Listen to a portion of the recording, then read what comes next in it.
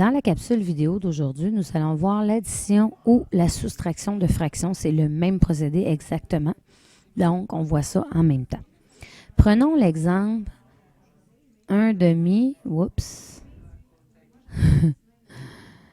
1 demi plus 1 quart. OK. Alors, si on veut le comprendre sous forme de dessin, on a notre demi ici, plus, si on veut amener une autre, si on veut amener un quart, ici, qu'on va rapetisser pour que la pizza soit proportionnelle. Oups. On a notre quart ici. Imaginons que si je la complète, la pizza, elle aurait une autre partie ici, une autre là et une autre là. Fait que ça fait un quart. Donc, un demi plus un quart devrait nous donner... c'est pas tout à fait équilibré, là. Devrait nous donner, si on sépare tout en parties égales, devrait nous donner, excusez, la ligne n'est pas très droite, 3 quarts, parce que cette partie-là ici n'est pas là. Donc, 3 quarts. 1, 2, 3 quarts. Donc, on va voir sous forme de calcul comment on procède pour faire une addition de fractions comme ça.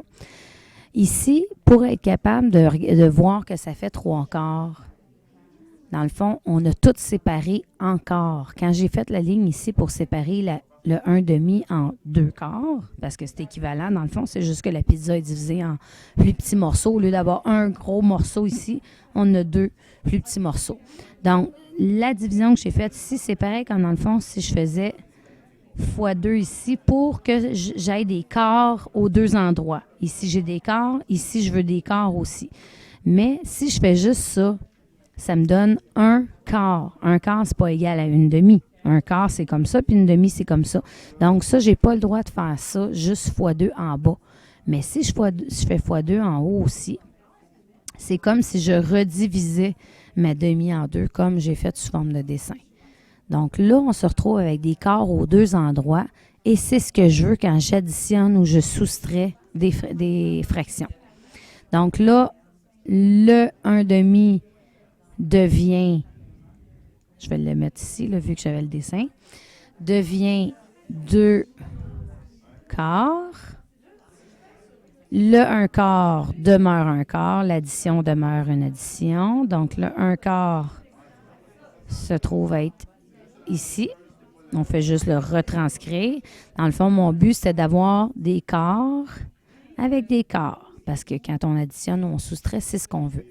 Et maintenant, ça me donne des quarts. On n'additionne jamais des dénominateurs. Le chiffre en bas, là, jamais, jamais, jamais, ça ne va pas donner des huitièmes. Par contre, les numérateurs, il faut les additionner. Donc, ça me donne 3 quarts. Comme dans mon dessin tantôt, quand j'ai redivisé mon 1 demi en 2 quarts. Donc, mon 1 demi est devenu 2 quarts dans mes calculs aussi. Mon 1 quart est resté 1 quart. Ça me donne 3 quarts. Alors, c'est comme ça qu'on procède quand on additionne ou on soustrait des fractions. Si ça avait été une soustraction, ça aurait été exactement le même procédé. Sauf que là, j'aurais eu un moins ici. Alors, à ce moment-là, je ne soustrais pas les dénominateurs. Ça reste encore des quarts. Et là, j'ai 2, j'en enlève un, il me reste 1 quart. C'est comme si j'enlevais ça ici. Et là, j'enlève tout ce que j'avais mis.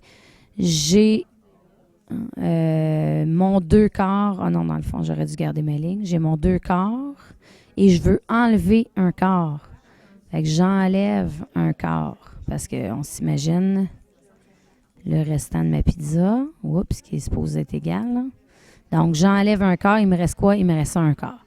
Fait que je peux toujours le tester sous forme de dessin là, pour vérifier mes réponses, à moins que ça soit difficile à diviser si c'est une fraction avec un gros dénominateur, mais c'est toujours possible quand même de le faire. Donc, ne jamais, jamais, jamais soustraire ou additionner des dénominateurs. Le dénominateur, je veux qu'il soit commun, pareil aux deux, et il reste commun à la réponse également. Ça, c'est quand on additionne ou on soustrait des fractions. Voilà.